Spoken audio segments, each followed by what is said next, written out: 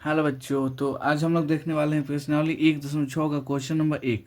बोला है ज्ञात कीजिए। अब यहाँ पे इसका इसका इसका मान हमको क्या करना है जी, ज्ञात करना है। तो चलिए आते हैं कॉपी पे। चलिए, ये क्वेश्चन काफ़ी ज़्यादा आसान है। इसको क्या करते हैं जी, हल। यहाँ पे देखिएगा तो 64 के पावर 1/2 दिया है। तो 64 को हम कैसे लिख सकते हैं जी, देखिए यहाँ पे 64 को क्या कीजिएगा जी, अभाज्य गुणनखंड कीजिएगा। तो 2 से कटेगा 32 मार्क में, फिर 2 से कटेगा 16, फिर 2 से 8, फिर 2 से 4, फिर 2 से 2, ये फिर 2 से इतना खत्म। मतलब 2 कितना बड़ा है, यहाँ पे देखिए 1 2 3 4 5 6, यानी यहाँ पे हम 2 का पावर 6 लिख सकते हैं। 2 का पावर 6 यहाँ पे हम क्या कर सकते हैं जी, लिख सकते हैं। 64 को हम इतना लिख सकते हैं। देखिए, तो आपको एक फॉर्मूला मालूम होगा, कितना होता है जी।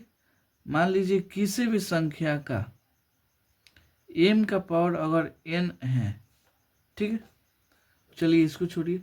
अगर मान लीजिए 2 का पावर 2, ये पूरा कितना है जी, 1/3। तो इसका पावर कितना हो जाता है जी, 2 के पावर 2 गुणे 1/3, यानी पावर आपस में क्या होता है जी, जुट जाता है। जैसे मान लीजिए r का पावर कितना है जी, n पावर m, तो r का पावर कितना हो जाएगा जी, r का पावर n गुणे m। पावर क्या हो जाएगा जी, आपस में गुणा हो जाता है। तो ये क्या हो जाएगा, 2 के पावर 6 गुणे 1/2। तो 2 एकम 2, 2 3 6, यानी 2 का पावर कितना आ गया जी, 3। 2 के पावर 3 यानी 2 को हम 3 भाग लिख सकते हैं, 1 2 3। तो 2 दूना 4, 4 दूना 8। 8 इसका क्या हो जाएगा जी, आंसर हो जाएगा। समझ में आया कैसे बना। अब सेम 32 को हम तोड़ेंगे तो 32 कैसे टूटेगा जी।